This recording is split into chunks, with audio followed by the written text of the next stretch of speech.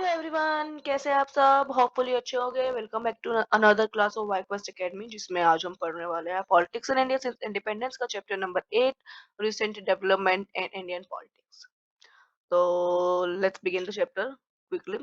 देखो, in this chapter we take a synoptic views of the last 2 decades of politics in India. देखो, इस last chapter में हम देखेंगे कि पिछले जो लास्ट 2 डेकेड्स में जो इंडिया की पॉलिटिक्स की थी, उनका जो समराइज व्यूज हम इस चैप्टर में पढ़ने वाले हैं। दूसरा का जो डेवलपमेंट हुए हैं, कितने कॉम्प्लेक्स थे, किस तरह से जो है बहुत सारे वेरियस काइंड ऑफ फैक्टर्स साथ में आते हैं, और एक अनएक्सपेक्टेड सी सिचुएशन जो है उस पीरियड में आती है।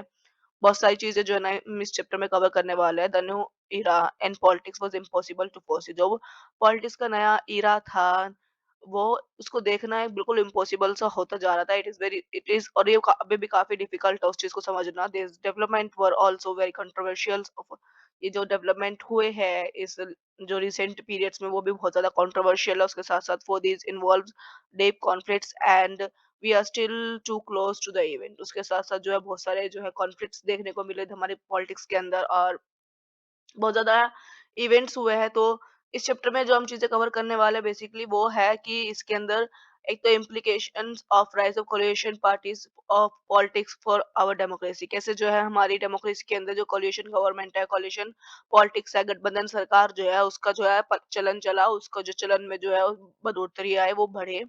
उसके साथ साथ जो है मंडलाइजेशन क्या है, और in which way will it change the nature of political representation, और किस तरीके से जो है मंडलाइज्म जो है पॉलिटिकल रिप्रेजेंटेशन को चेंज कर सकता है। उसके साथ साथ इस चैप्टर में हम पढ़ेंगे राम जन्मभूमि मूवमेंट के बारे में भी, and what does the rise of new policy consensus do the nature of politic choices. और जो नई पॉलिसी के कंसेंसस बढ़ रहे हैं, उससे जो है हमारी पॉलिटिकल चॉइसेस है उसके नेचर पे क्या क्या असर पड़ने वाला है, ये सब चीजें जो है ना हम इस चैप्टर में कवर करेंगे बेसिक ऊपरी तौर से।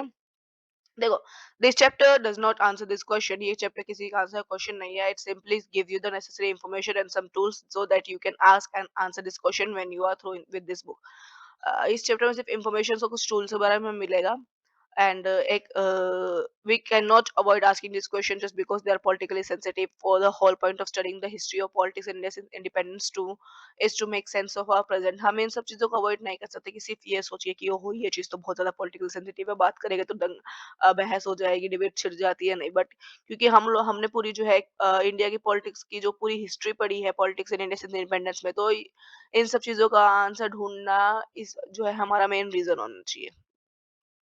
एंड आप ऊपर एक कार्टून भी देख रहे होगे, अप एंड डाउन वाला, जिसके अंदर जो है बहुत सारे लीडर्स जो है हमारे, वो राजीव गांधी वगैरह जी रोलर कोस्टर पे बैठे हैं, और नीचे आग लगी है रिजर्वेशन प्राइजेस की, जम्मू कश्मीर के नरे नरे इश्यूज की। तो देखो, इसको भी देख लेते हैं। Up and down of various political parties in the 90s appear to many like the cartoon drawn in 1990s as a roller coaster ride। देखो, जो पॉलिटिकल पार्टीज के अंदर जितना अप एंड डाउन 1990s के दौरान पे हो रहा था ना, वो बिल्कुल इस कार्टून की तरह है कि एक रोलर कोस्टर है। रोलर कोस्टर के अंदर बैठे Rajiv Gandhi, VP Singh, L K Advani, Chandrashekhar Jyoti Basu, and NT Rama Rao, Devi Lal, PK Mahanta, and K Karunanidhi. तो कैसे जो है बहुत ज्यादा अप एंड डाउन हो रहा था, बहुत सारे इश्यूज जो थे उस 1990 के टाइम पे थे। तो ये सब चीजें इस कार्टून में दिखाने की कोशिश की गई है। चैप्टर को शुरू करते हैं, recent development in politics, Indian politics. देखो, 1990 के कॉन्टेक्स्ट से हम पहले देख लेते हैं। You have read in the last chapter that Rajiv Gandhi become the prime minister after the assassination of Indira Gandhi. देखो, हमने पढ़ा था कि जैसे इंदिरा गांधी की जो है हत्या कर दी जाती है, उसके बाद जो है राजीव गांधी जो है हमारे प्राइम मिनिस्टर बनते हैं, and he led the Congress to a massive victory in the Lok Sabha election held immediately therefore in 1984। और राजीव गांधी पीएम बनने के बाद जो है उनको लोकसभा इलेक्शन में एक बहुत बड़ी विक्ट्री मिलती है, मेजोरिटी की विक्ट्री मिलती है, जो 1984 के इलेक्शन में उन्हें ये मिलता है। And as a decade of this 80s come to a close, the country witnessed जैसे जैसे जो है 80s जो है धीरे धीरे आने लगा, हमारी कंट्री में ऐसे पांच बड़े डेवलपमेंट होते हैं जो बहुत ज्यादा पॉलिटिक्स के ऊपर एक बहुत ज्यादा जो है लॉन्ग लास्टिंग इम्पैक्ट छोड़ के जाते हैं। एक तो पहला, the most crucial development of this period was the defeat of the Congress party in the election held in 1989। 1989 के इलेक्शन के अंदर कांग्रेस की हार जो है वो सबसे बड़ा चेंज था एक तो इस एरा का।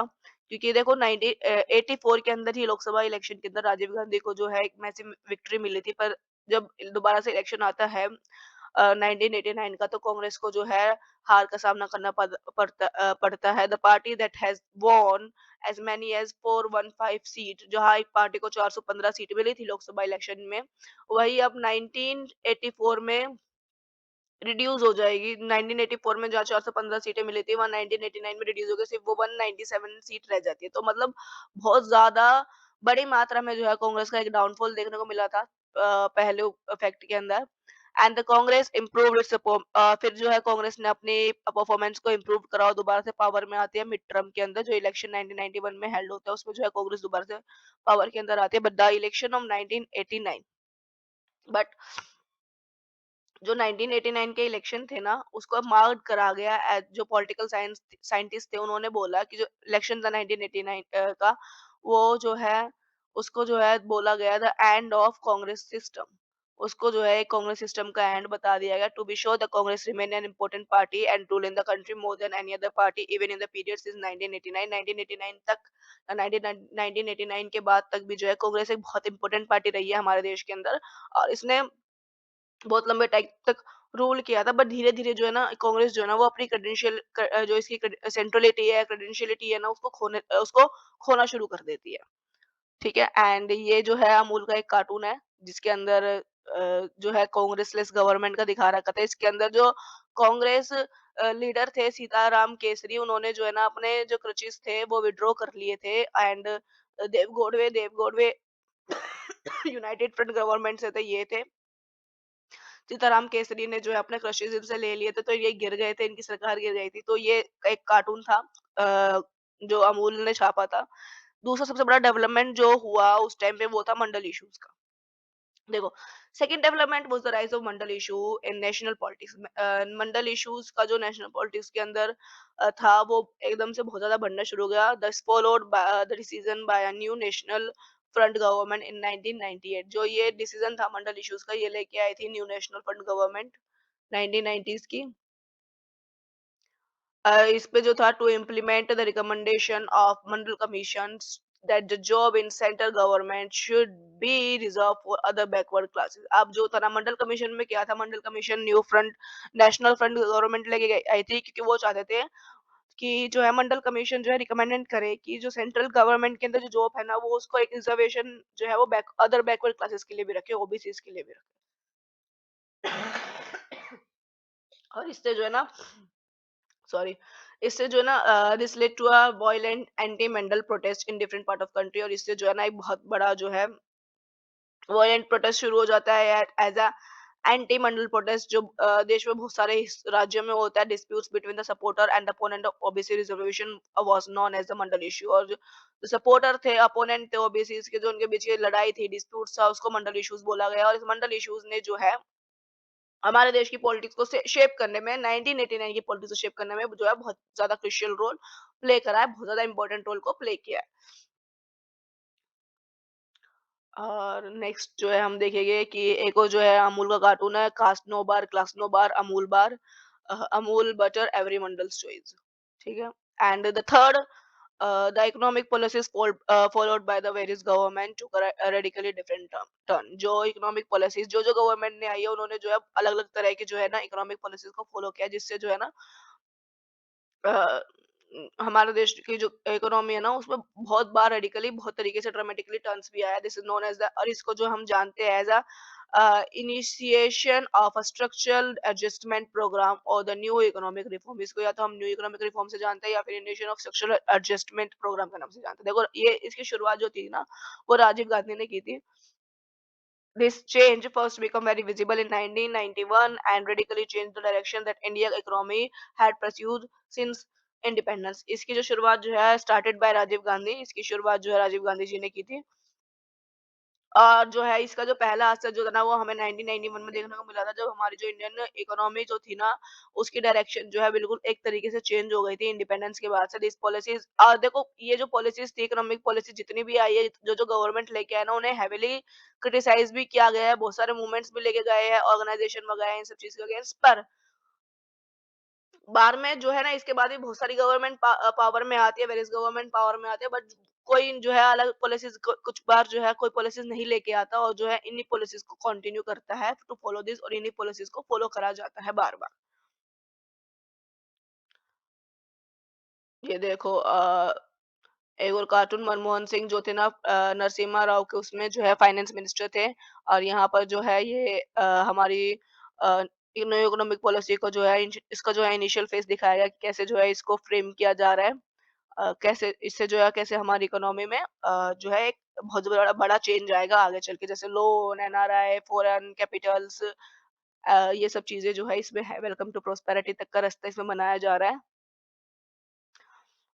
फोर्थ जो सबसे मेन टॉपिक था, फोर्थ और एक century old legal and political dispute था राम जन्मभूमि टेम्पल इन अयोध्या का, जो राम जन्मभूमि टेम्पल था अयोध्या का, उसके ऊपर जो इश्यूज था उसको था धीरे धीरे जो है ये जो इशू था ना इसने जो है इंडिया की पॉलिटिक्स को जो है इन्फ्लुएंस करना शुरू करा, और एक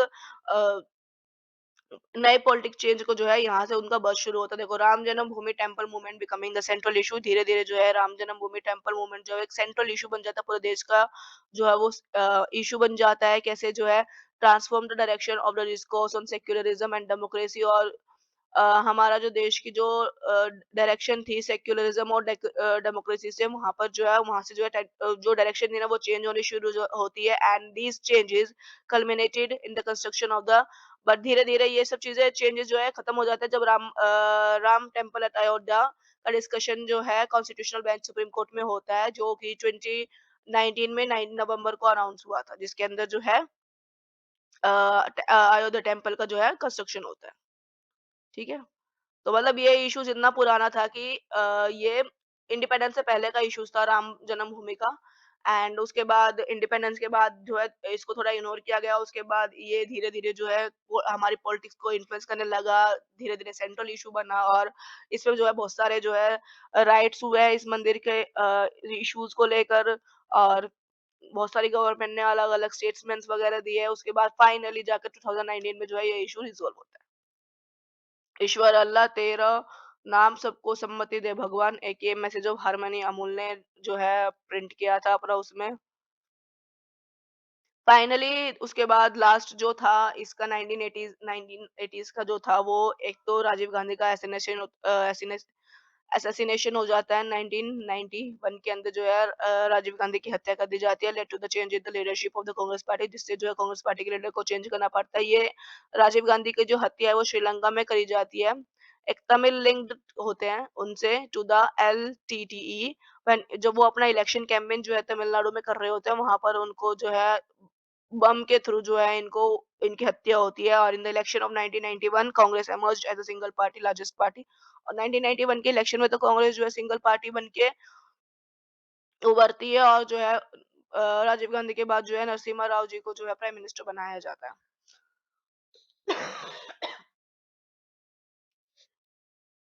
ये कुछ जो है मैगजीन्स की जो लीडरशिप हाइलाइट्स हेडलाइंस थी वो है। एंड अब जो देखते हैं कैसे जो है गठबंधन का इरा आता है, कोalition का इरा आता है। देखो, election in 1981 led to the defeat of the Congress party. 1981 का जो इलेक्शन होता है ना, वहां पर कांग्रेस पार्टी की हार हो जाती है, but did not result in the majority for any other party. But अगर कांग्रेस पार्टी हारती है तो कोई और दूसरी पार्टी भी मेजोरिटी में नहीं आ रही थी। The Congress was the largest party in the Lok Sabha. उस टाइम पे जो कांग्रेस थी वो लार्जेस्ट पार्टी थी लोकसभा की, बट उसके पास क्लियर मेजोरिटी नहीं थी, तो उसको जो है अपोजिशन में it decided to sit in the opposition. तो 1989 में जो है कांग्रेस डिसाइड करते है कि वो अपोजिशन में बैठेगी, and the National front which itself was an alliance of Janata Dal and other some regional, जो नेशनल फ्रंट था वो जो है एक अलायंस था, कोलिशन था जनता दल का और बहुत सारी दूसरी रीजनल पार्टीज का। वो दो सपोर्ट उनको जो है सपोर्ट मिलता है दो diametrically opposite opposite political group से, एक तो बीजेपी से और एक लेफ्ट फ्रंट से। ठीक है। नेशनल फ्रंट को सपोर्ट मिलता है बीजेपी और लेफ्ट फ्रंट से, और on the basis the National front जो है अपनी गवर्नमेंट बनाती है। इसको सपोर्ट लेके जो नेशनल गवर्नमेंट है वो नेशनल फ्रंट गवर्नमेंट है, वो अपनी जो कोलिशन गवर्नमेंट बनाती है। But the BJP and the left front did not join this government. पर जो बीजेपी और लेफ्ट फ्रंट की थी ना, उन्होंने उस गवर्नमेंट को ज्वाइन ही नहीं किया। ठीक है, फिर जो है सरकार को गिरना पड़ गया।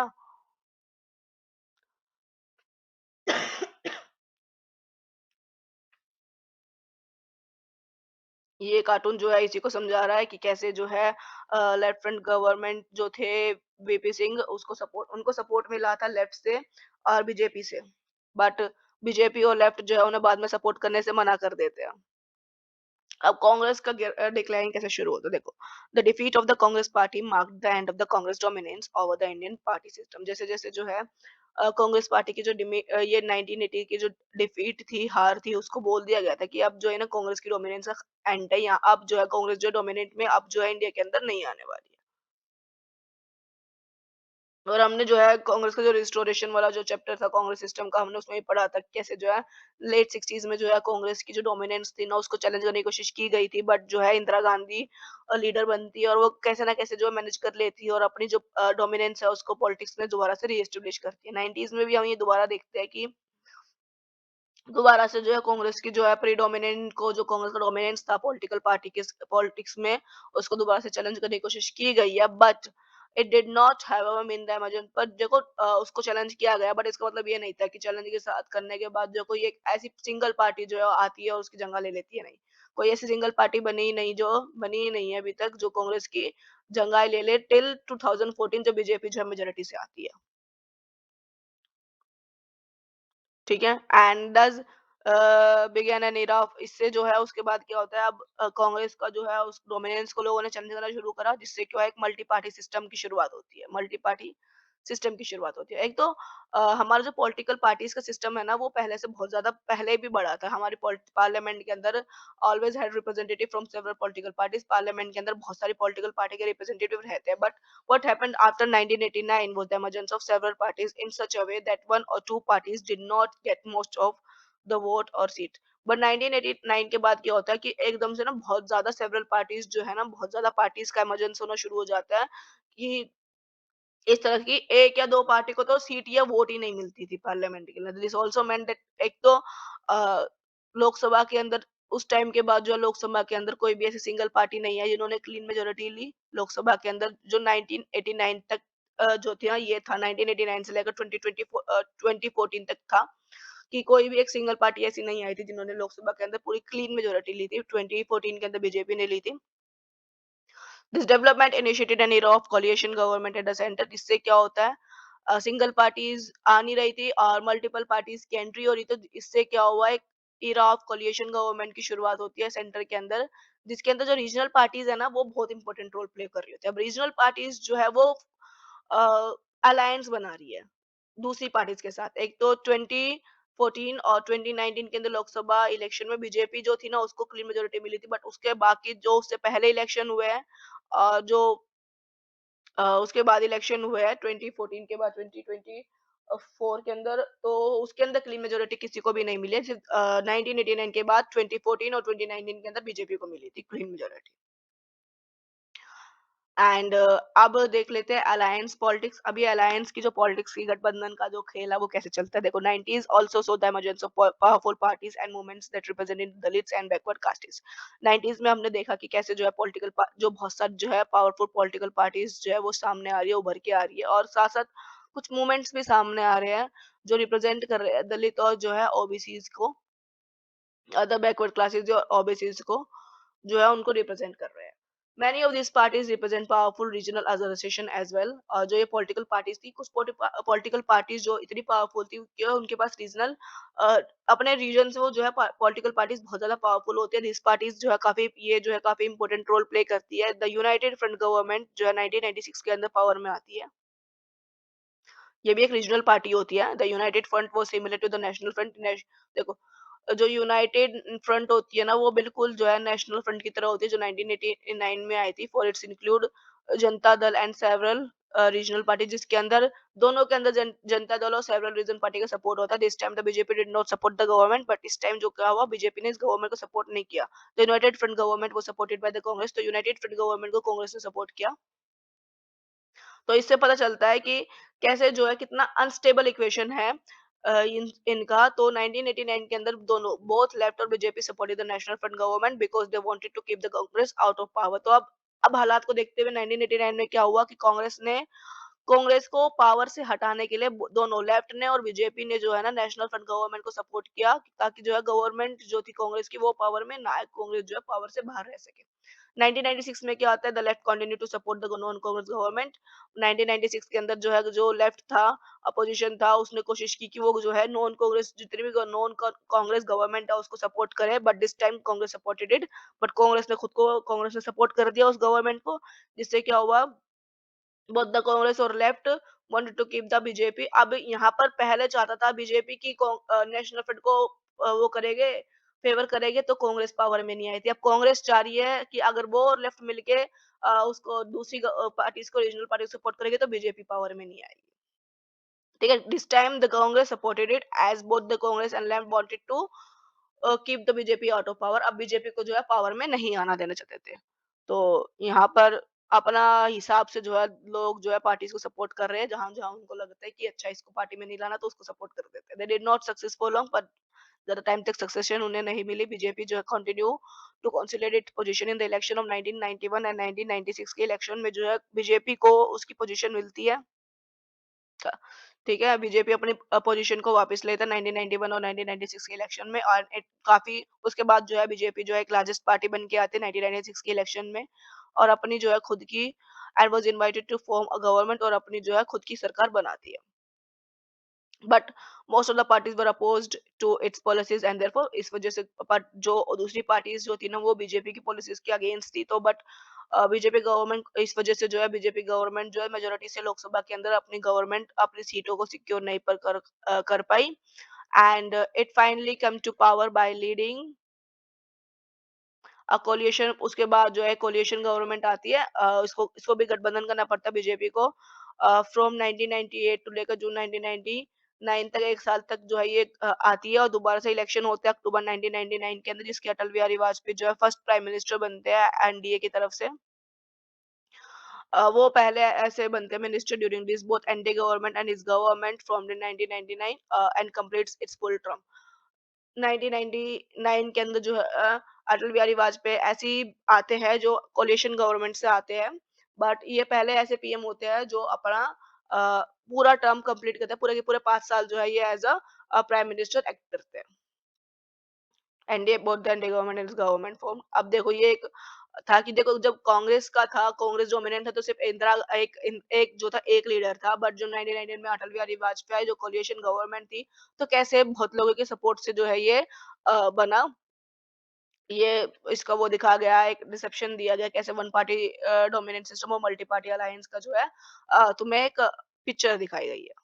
ठीक है, एंड दस विद द इलेक्शन ऑफ 1990 1989 का जो इलेक्शन था जिसके अंदर a long phase of coalition politics began in India। 1989 के इलेक्शन के बाद एक कोलिशन पॉलिटिक्स का जो है एक इरा शुरू हो गया। सिंस देन उसके बाद जो है ना there have been 11 government at centre. 1989 के बाद हमारे सेंटर के अंदर कम से कम 11 गवर्नमेंट ऐसी है,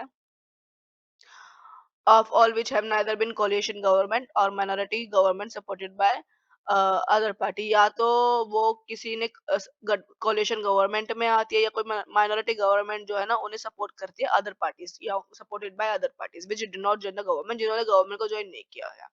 in this new phase any government could be formed only with the participant और सपोर्ट ऑफ मैनी रीजनल। इस नए फेज में क्या था कि अब गवर्नमेंट जो थी ना वो बन रही थी सिर्फ पार्टिसिपेंट होने से या फिर रीजनल पार्टीज का सपोर्ट होने से। ठीक है, and this apply to the National Front in 1989, United Front in 1996 and 1997, and BJP led coalition in 1980 1998, NDA 1999 and UPA in 2004 and 2009। Therefore this trend change in 1924। अब देखो 1989 से ये जो है ट्रेंड शुरू हुआ कि कुछ रीजनल पार्टीज के सपोर्ट से जो है अब गवर्नमेंट बन रही थी पार्लियामेंट के अंदर। तो 1989 के अंदर नेशनल फ्रंट गवर्नमेंट बनती है, यूनाइटेड फ्रंट बनती है 1996 के अंदर, और 1997 के अंदर बीजेपी लेड कोलिशन होता है, 1998 के अंदर एनडीए 1999 में होता है, और यूपीए 2004 2009 के अंदर होता है। बट इतना लंबा ट्रेंड चलने के बाद ये ट्रेंड जो है फाइनली चेंज होता है 2014 के अंदर। 2014 के अंदर जो ये ट्रेंड जो है बिल्कुल चेंज हो जाता है, एक सिंगल पार्टी फिर से आती है, let us connect this development with what we have learned so far. देखो, the era of coalition government may be seen as long-term trend resulting from relatively silent change that were taking place over the last 2 decades.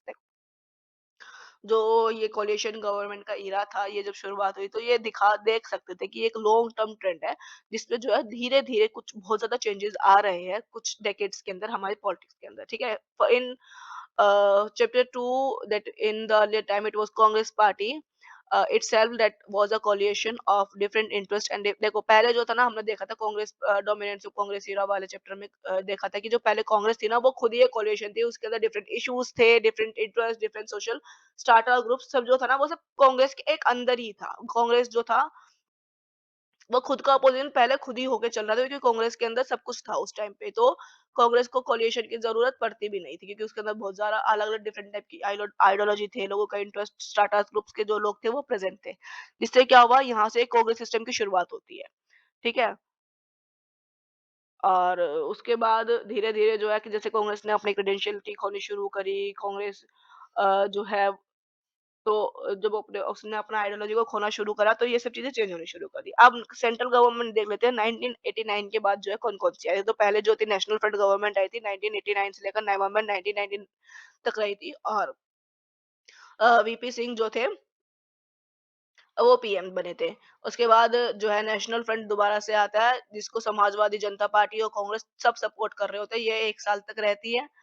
Chandrashekhar ji जो है उसको चंद्रशेखर जी यहाँ पर PM बनते हैं। उसके बाद अ, दूसरी जो है दूसरी जो कोalition गवर्नमेंट आती है वो पीवी नरसिम्हा राव वाली आती है जिसके अंदर 1990 जून 1991 से लेकर मई 1996 तक चली थी। इसको सपोर्ट करती है एआईए, डीएमके और other smaller parties but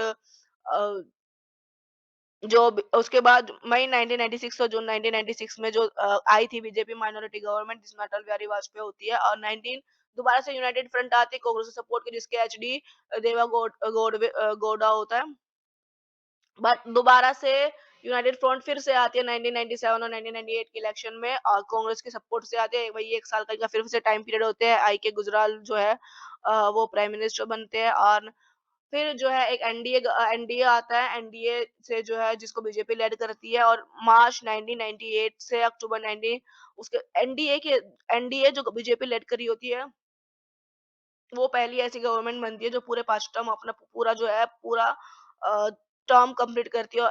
Atal Bihari Vajpayee ji जो है प्राइम मिनिस्टर बनते हैं। फिर जो है दोबारा से जो है यूनाइटेड प्रोग्रेसिव अलायंस होता है जिससे कांग्रेस लीड कर रही होती है और मनमोहन सिंह जी जो है प्राइम मिनिस्टर बनते हैं। ये भी ये 2 साल 2 बार प्राइम मिनिस्टर रहते हैं उस टाइम के बीच में और लास्ट जो है 2014 से लेकर अब तक जो है पीएम मोदी है।